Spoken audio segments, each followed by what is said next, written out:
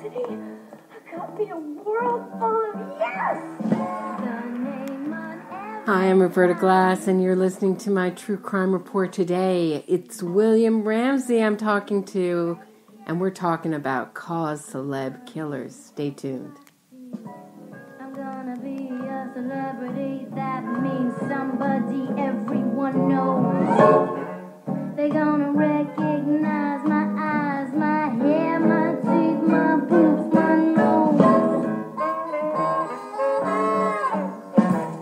From just some dumb mechanic's wife, I'm gonna be Roxy, who says that murder's not an art.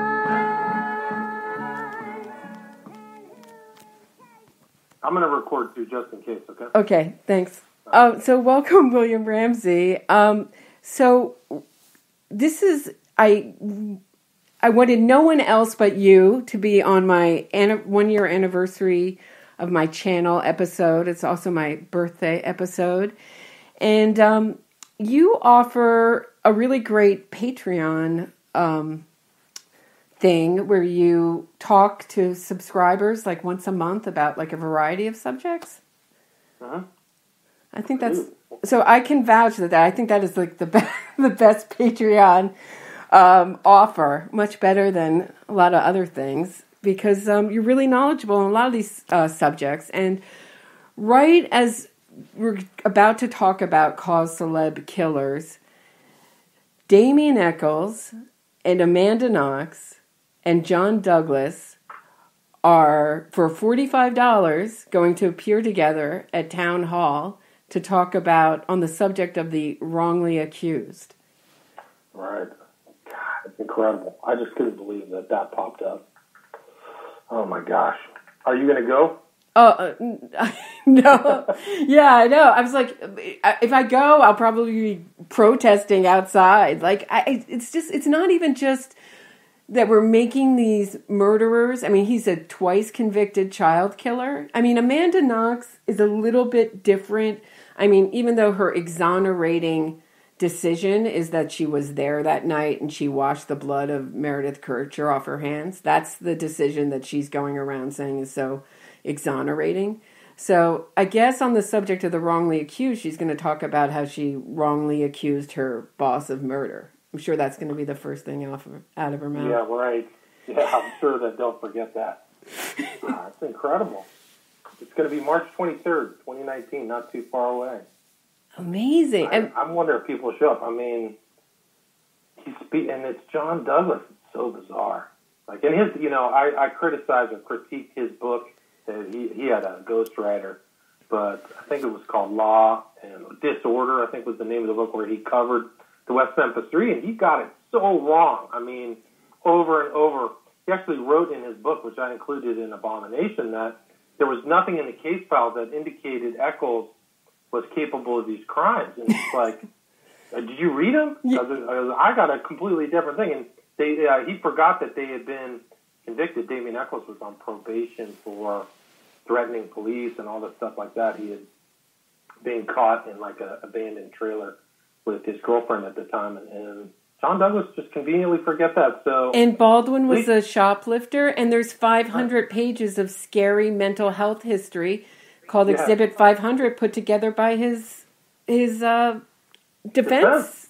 Yeah. So, I mean, it's really off the charts. But the thing about Douglas is at least he's consistent with many of the other observers of the West Memphis 3 in that, including Joe Berlinger and the guys who did the documentary, in that they consistently omit the most significant facts of the case. So John Douglas, sadly, is not alone in that regard. Yeah, you don't think they're going to be talking about Jesse Miskelly's multiple post-conviction confessions at this thing? Not even once. What they'll say is, he was abused and beat up. He was tied to a chair when he confessed for 14 hours. And, they took a pair of pliers to his teeth, and it'll just be a big, and I'll call him mentally deficient, He had an IQ of 68.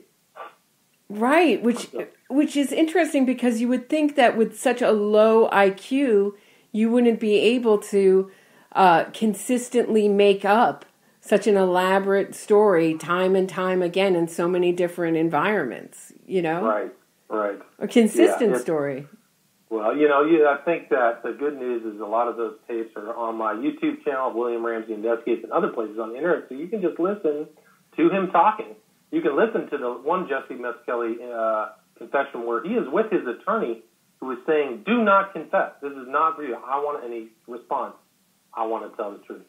I want to do this. And he, against the advice of counsel, in the presence of counsel and the prosecutor, confessed again. Right. And was that defense attorney Dan Stidham who was telling him not to confess? So, and he's supposed to be coming out with a book, and he's a big, he's jumped on the innocence bandwagon, you know. Correct. Well, I think he's obligated by rules of professional responsibility from always saying that, they were innocent. But he's one of those curious guys who repeats the landing report, which, can be discredited as a, so-called statement of the FBI that there's no such thing as occult crimes. But he referenced the landing report in a recent, when he talked with Sideshow Bob Ruff, that's what he referenced during that interview. So that was pretty curious. So he's towing the, defense attorney line, which is why I think he's a judge now, or became a judge in Arkansas. So. Oh wow, that's amazing. Yeah. So it's interesting. Apparently, there's like a West Memphis 3 tie into this new season of True Detective as well. Have you watched True Detective? No, but everybody's been contacting me about it and telling me about it, and yeah. But it takes place in Arkansas, So is it? Sorry. I'm sorry to interrupt. Is it like an innocence type thing? Are they hopping on that, or is it like they actually committed the crime? Well, it seems like the perpetrators were 3 young men who were involved. I haven't seen the whole thing, but it seems like they're drawing up the visuals of these young boys. There were 2 kids who disappeared. One was found dead, and the girl was missing for 10 years. But it seems like they're kind of pulling up the same kind of visuals as the West Memphis 3, much like the first season of Stranger Things. So, that's interesting. Which one of the characters' name is Byers. Oh, by the way, happy anniversary, happy 1-year anniversary. Thank you. You're doing a great job. Thank you. I'm glad you're out there, Yeah, it's also Bob Ruff's birthday, and Ken Angers I share it with. Kenneth Anger, and Gertrude Stein. There's a few other, and Mendelsohn, a few other good people, but yeah. Well, they're both in the news. Kenneth Anger should be in the news because his former roommate, Bobby Bouzoulet, is up for parole. I think we had talked about that. Yeah, and it's really like an interesting, because I know that the Manson, I'm forgetting her name now. It's like Van something. Van Houten. Yeah, she was recommended for parole, and then the governor rejected it. So she's done every program in prison that she can possibly do. I mean, she's been there so long, and so it's an interesting dilemma. Is she there because her case is so famous, or I think so. Don't you think? Yeah. Don't you think if she wasn't a famous person, she would probably be paroled? Yeah. Nobody's going to take a chance on her or Bouzoulet. I don't think they'll ever get out of jail. Yeah. But Bouzoulet is interesting because he is the tie between Manson and Anger, and so you have this hardcore guy who defines himself as a warlock, with Bouzoulet in one of Anger's movies. No real researchers really want to key into it or acknowledge that, but that is the tie between Manson and Anger's Bouzoulet. Yeah, and the weird thing is how he recorded the soundtrack to Lucifer Rising, Bobby Bouzoulet, in prison. Correct. How did he do that? I mean, how is that possible to even... I guess they let him have musical instruments, because I've seen pictures of him in prison when he was, with musical instruments, so I'm assuming that they let him tinker around. But he was actually going to be Lucifer. That was his primary role in that movie, was to be representation of Lucifer when he was, living with Anger. But yeah, it's interesting. I don't know how they actually did the music, but I know that he's still writing music, so I'm assuming they're letting him do that in. I think he's in San Quentin. I don't know. Yeah. Interesting. The whole thing is that, and when I was researching this, I almost had to stop and like take, my head hurt so much from researching all these celebrity supporters of convicted murderers and people who are involved in the Innocence Projects, and they go from one case to another and they weave in and out, and then convicted murderers get released, and then they start becoming spokespeople for other people's cases and get involved, start their own organizations. It's really like a crazy innocence fraud factory. I don't know how else to describe it. We did that show on innocence fraud. I mean, it's interesting you bring that up. So you've got Amanda Knox hanging out with damien-echols, both. I think she was convicted in Italy of something. I forgot what they basically... It was slander. Slander, right. Mm-hmm. So she was convicted of a criminal act in Italy. Damien-echols is currently still guilty at law. Al took an Alford plea and said, with the advice of counsel, the best counsel, said that he was guilty of first-degree murder. So they're out there claiming innocent. And I think Baldwin is working for, or has started, an Innocence Project type of nonprofit. Have you heard that? I've heard that, but he started that really... It was like Cry Justice or something like that. Yeah. Is that what you're... Yeah, and it seems like it's not too active. No, I don't think it's very active, but it's interesting that he went that direction towards this kind of innocence fraud, situation. You have the most telling clip of him speaking where he's talking about people who made a mistake. Right. Instead of saying people who are innocent and wrongly accused, he said, we don't put people away for life just because they made a mistake. And I guess that's the way he looks at it. It's a misspeak. He misspoke. He should have said for something they didn't do. Right? Yes. And you... Like, yeah. The other thing I wanted... I'm sorry, stepping on you a little bit, but the other thing is when you see these people who are convicted... murderers, and the Innocence Project or some other organization gets them out, and they're interviewed right as they're leaving prison, and they're always asked if they are angry about being wrongfully accused, wrongfully convicted, and they are never angry. I mean, just never angry about losing decades of their life, being wrongly accused of a murder they didn't do. They never have any anger. They're only looking forward, not holding on to their anger. I mean, when the deli guy doesn't put tomato on my sandwich, I'm angry. But these guys, multiple decades in prison, no anger. So it's a great point. Why is that? Why didn't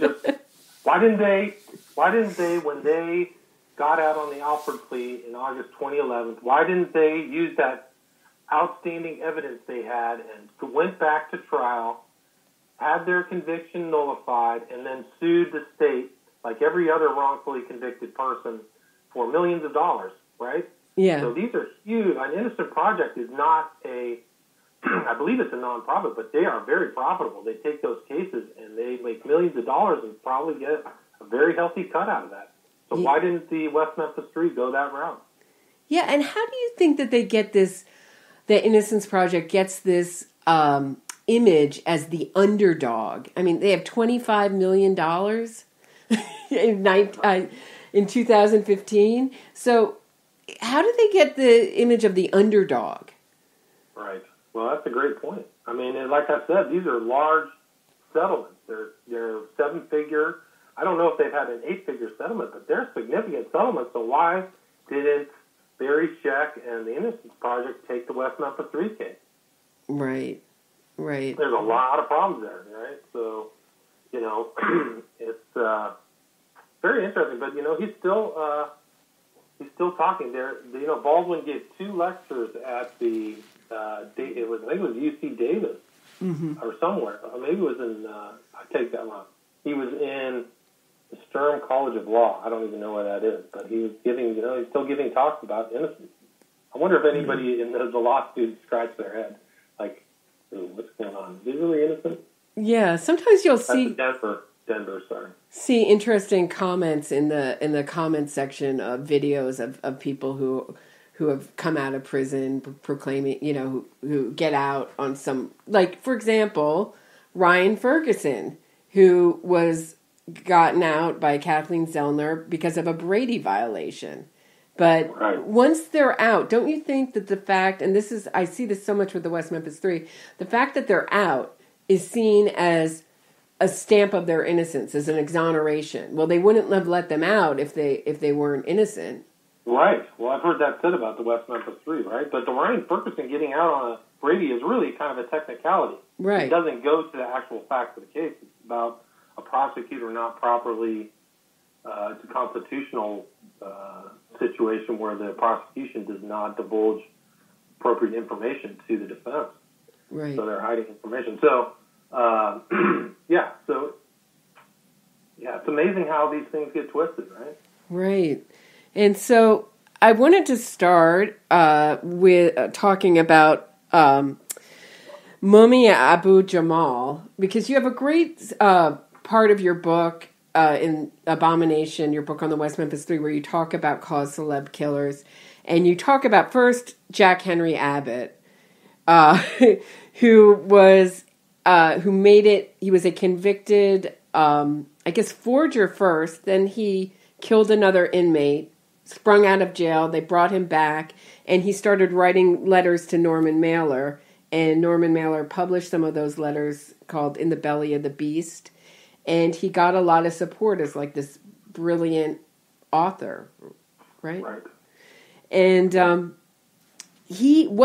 after 6 weeks after he was released, he got in an argument with a waiter and stabbed him to death.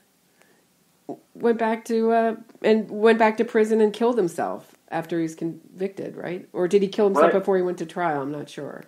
No, he got a 15-year to life sentence for killing the waiter, and then was denied parole, and then hung himself in 2002.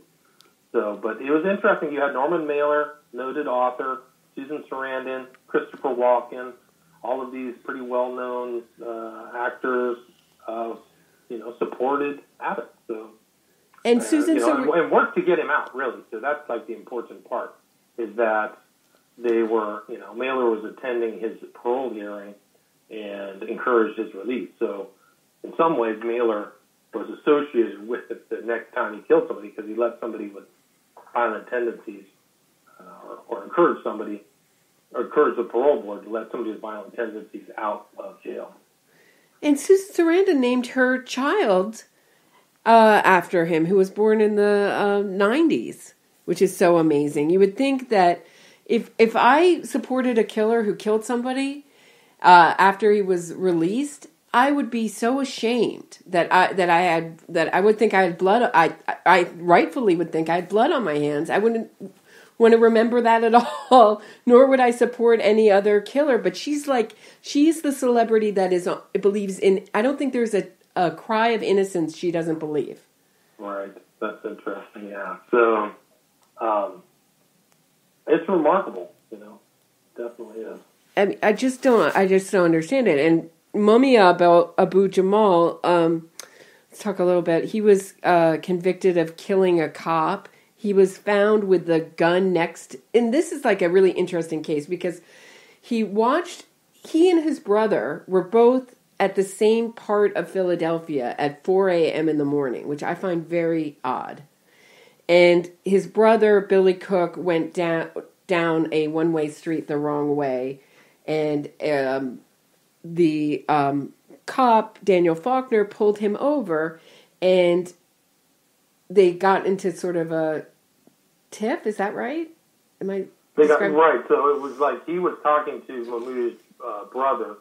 His real name, born name, was Wesley Cook. He has this kind of black revolutionary name, Mamuya Abu Jamal. But he came up on the officer while he was talking to his brother and shot him. And he was found, and he got injured in the process. He was heard by 2 witnesses in the hospital saying, "I killed the MFer, and I hope the MFer dies." Right. So he has bullets from the officer's gun in his body, so you can trace him being there. So he was found guilty, but is properly found guilty. There's not any kind of like, variance or like some kind of questionable issue. He was properly found guilty. No, and I think that after his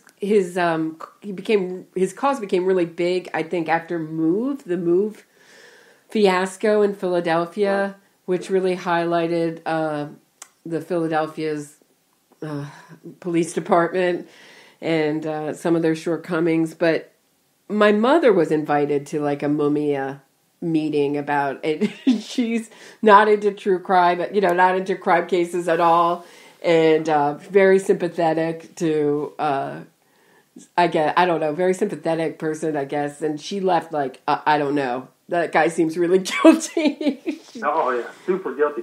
But here's Susan Sarandon again, and all these other people, Desmond Tutu, Nelson Mandela, calling Alec Baldwin, Whoopi Goldberg, all coming to his defense, and he's claiming always somebody else did it. And Mumia Abu-Jamal had like a radio show that he does that I think either goes out on NPR or some kind of public broadcasting thing where he, talks about current issues and stuff like that. So he's considered. I remember that the guys from Rage Against the Machine consider him like a political Beastie prisoner. Boys. So you see how it gets Sting. politicized. Yeah. Something. And I think that he saw himself as a political activist, and the shooting of the cop was considered, a political act against the man, right? Against these corrupt police officers. In this instance, just pulling somebody over for a traffic stop. So I think they planned it. I mean, how is that possible? I think they went out. You be the person to go here. I'll watch from across the street, and we get to kill the cop. Like, I really think it was planned. I can't imagine. Kill the cop, right? 4 a.m. Which is even worse. So I don't know how long they've tried to put him to death. I mean, I don't know. That was I'm trying to remember the date when that was.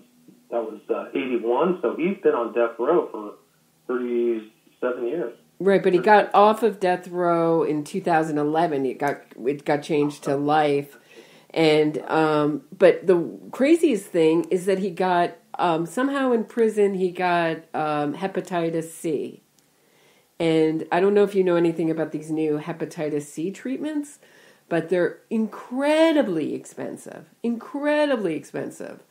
and He fought to get treated, not the old way, but the new way with these and won. Huh, interesting.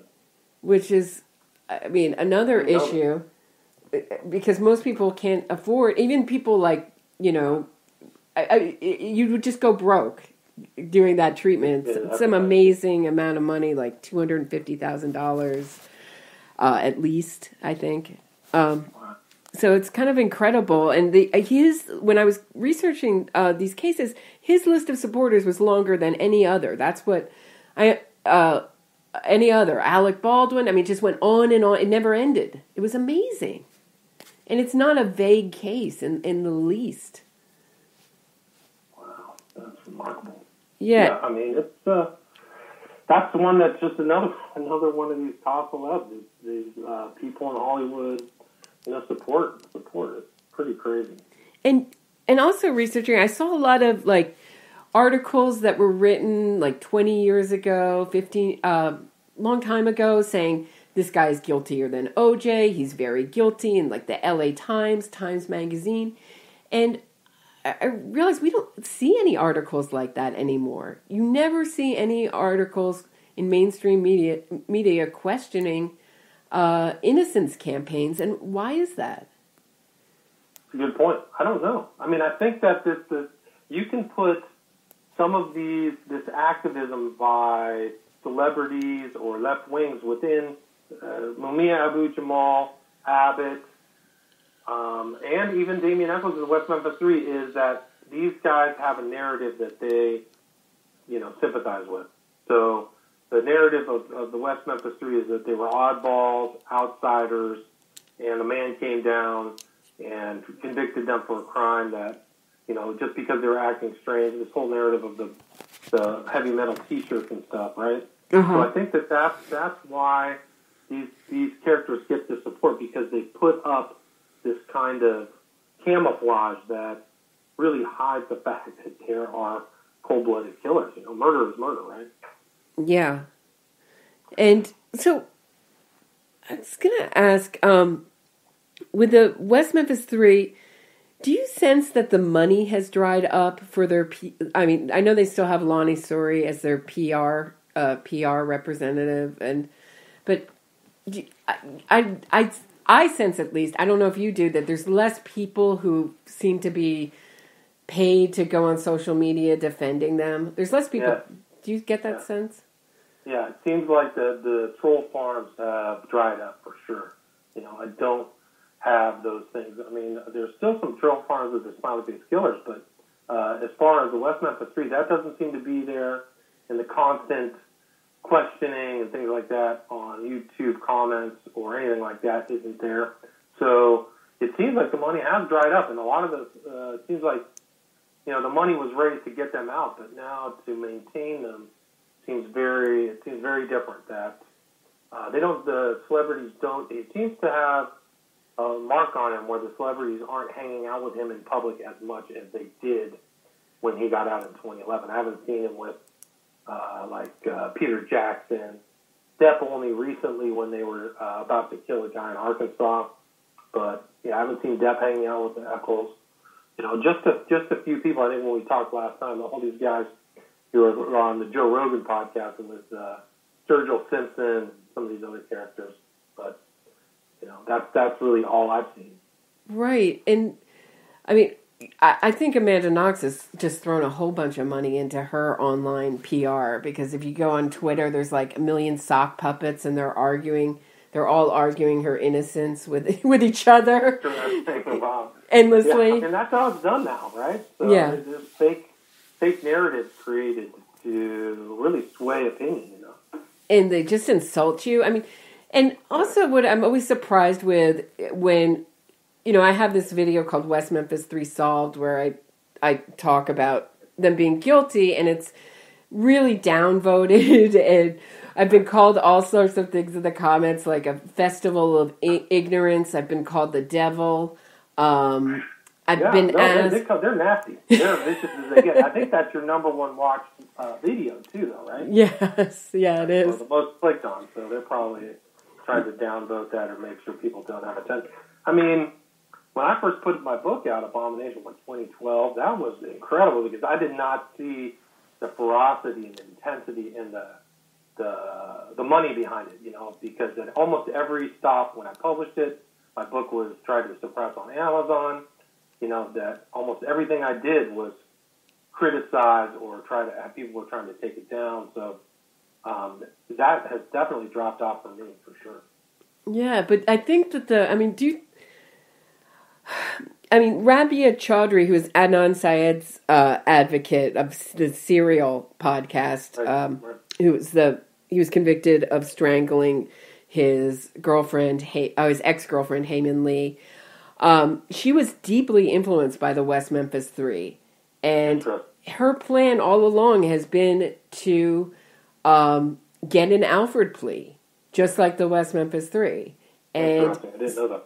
So I think there's two ways you can go if you have a guilty person and you want to make it look like they're innocent and get the public in an outrage over it, is you can either do a documentary that's full of omitted or false information, or you can do a podcast and then social media, and then have, advocates on social media. Like, it was very interesting with Stephen Avery's case. They had an actual protest in person for him and Brendan Dassey to be released, and Meredith sent it to me. It was like 25 people showed up. It was the most pathetic showing. It is pathetic.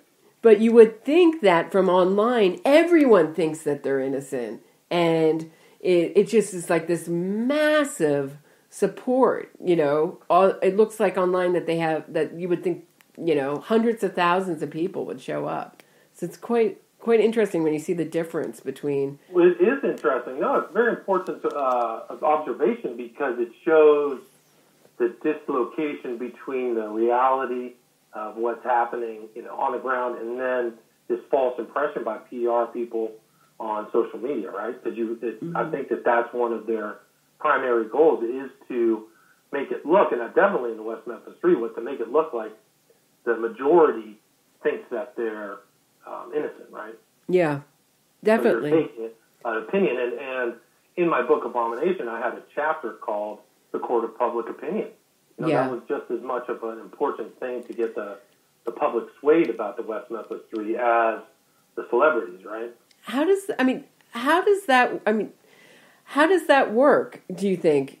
I don't think the public's aware of that public opinion affects the courts. I think they like to think of it. Absolutely. I mean, well, look at Hillary Clinton. She has tons of support. She's engaged in obvious criminality, right? But she has this fake public support that people think that she's great when nobody actually really does, So she's a perfect example of somebody who they won't, they won't bring to court because they're afraid. They're actually afraid of the public freaking out. So I think that the PR people try to influence people in thinking that, that this public the public outrage will actually affect them, their career, their reputation, things like that. There's heavy-duty reputational costs, right? Right. Did you see in her campaign, when it was so obvious someone from her campaign made a video set to Bikini Kill's Riot Girl, that song Rebel Girl,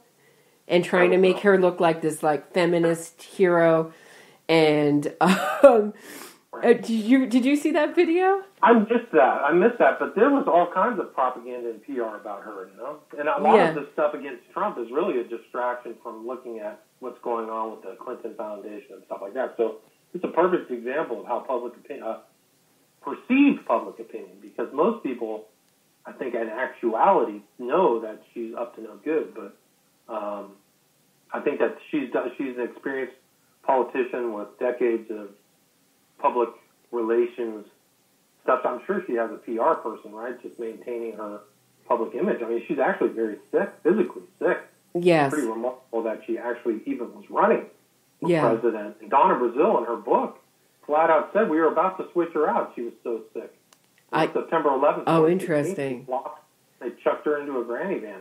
So it's a perfect example of how public opinion and public perception can be shaped.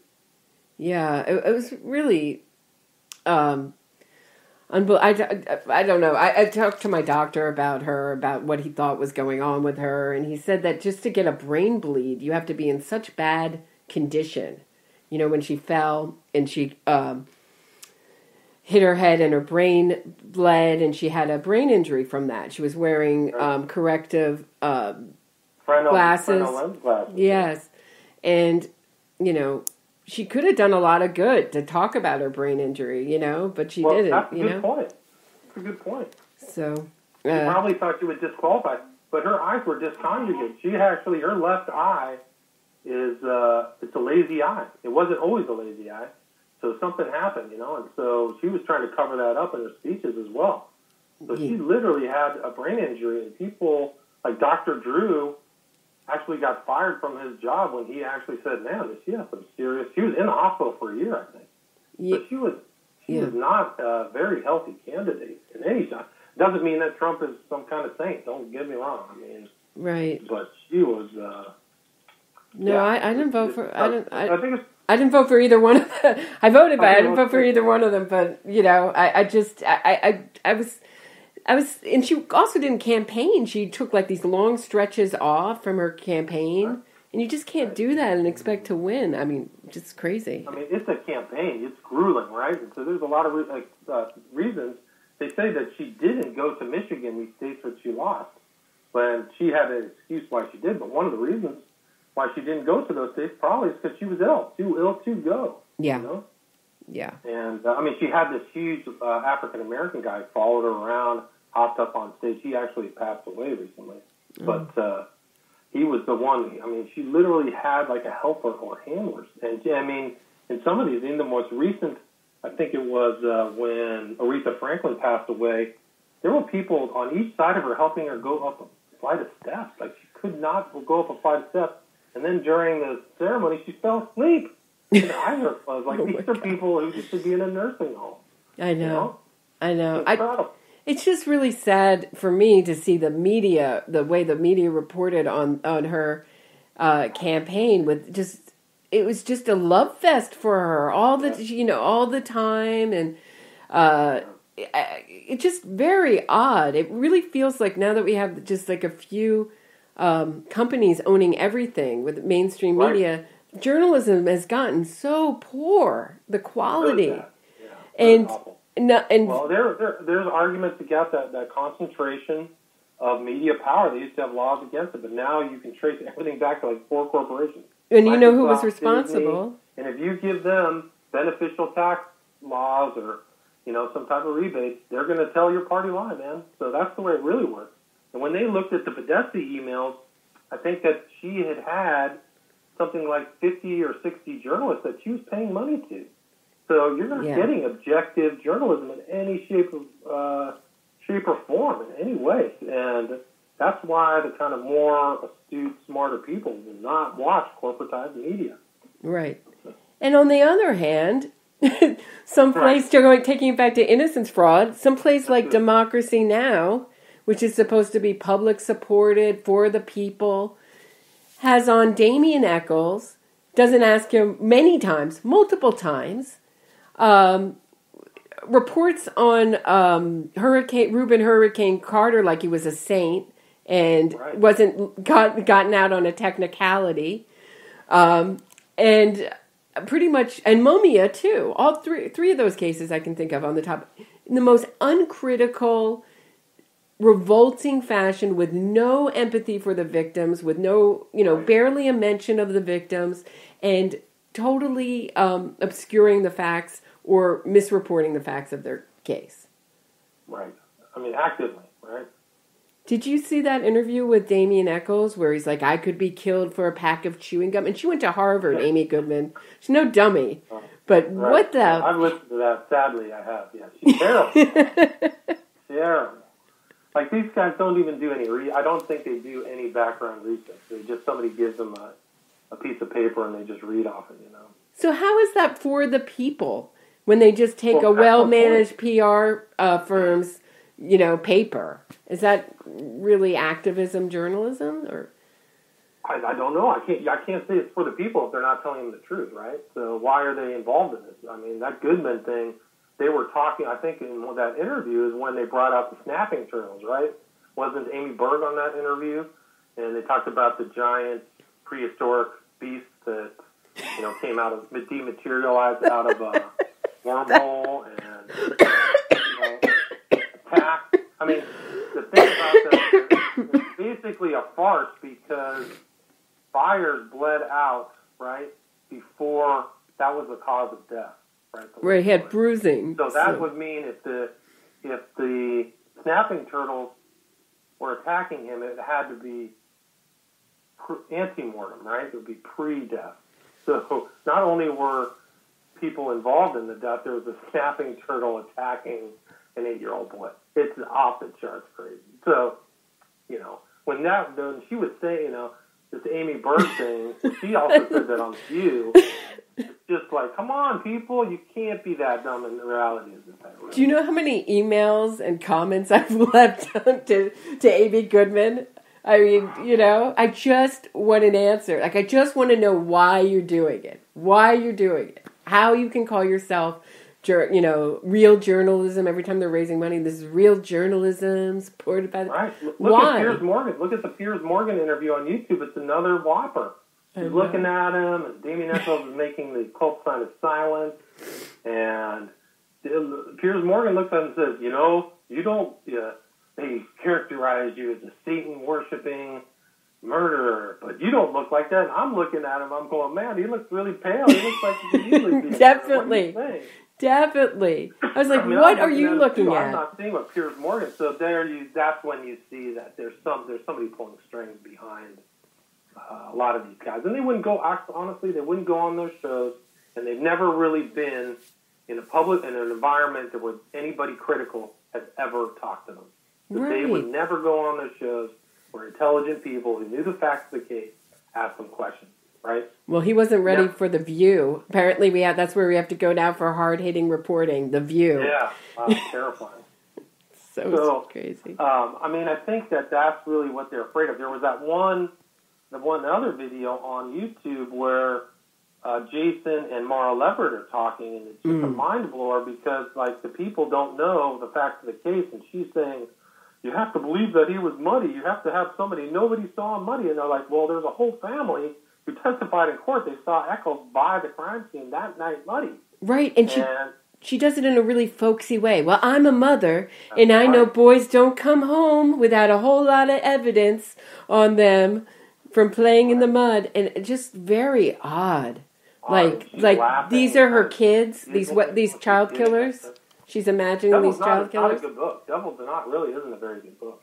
No, and I think the most interesting find was that she had been corresponding and sent them a reviewer's copy way before it came out. So she was really collaborating with the child murderer.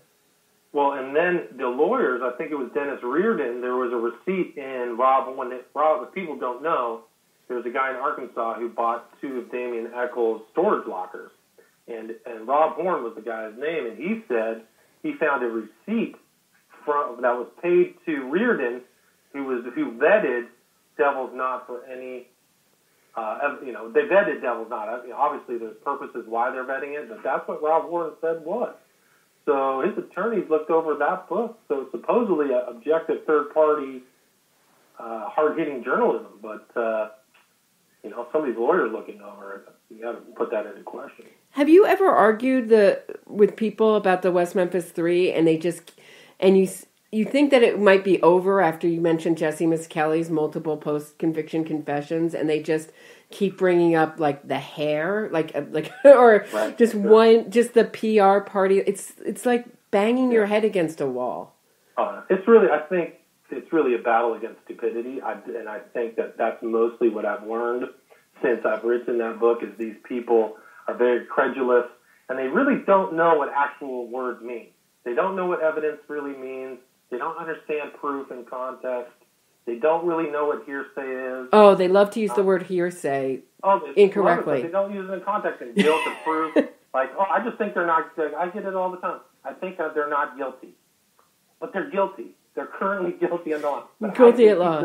I think they're not guilty, but it's non-factual. That's so you just keep seeing this, and that's kind of, you can discriminate between the morons and the PR people, because the morons just keep using these words just in the most banal way, just really out of context. So I think the West Memphis 3 really is like people who just have a really coarse, really lowbrow concept of language. I also think it's a cult, like they become cult-like, where they get all their information from one source. They all support each other in this idea that anyone could falsely confess multiple times in multiple different, many different environments. Like that's ever happened in the history of the world ever again. It's called false confession, not false confessions. Right, plural. Yeah, I mean, and the other thing is, you're just battling the PR facts that have been put out, PR lies that have been eaten and digested, so people just keep repeating all the stuff. So I just fielded some stuff just yesterday. Somebody sent me a new blog where they have the Hobbs, Jacoby, Hollingsworth, these 4 people who supposedly did it, and it's just the same stuff. I just keep getting these same things back. I said, it's all in my book. Where's the Jesse Miskelly confession? Where's the statement by Echols at the softball park where the girls have not recanted? When they were in court saying he killed 3 and he wanted to kill 2 more. Those are all not hearsay. Those are all statements in court that the jury heard. We're out of time. We're out of time. Thank you so much, William Ramsey. This was a real pleasure. Nice talking to you again. Thanks.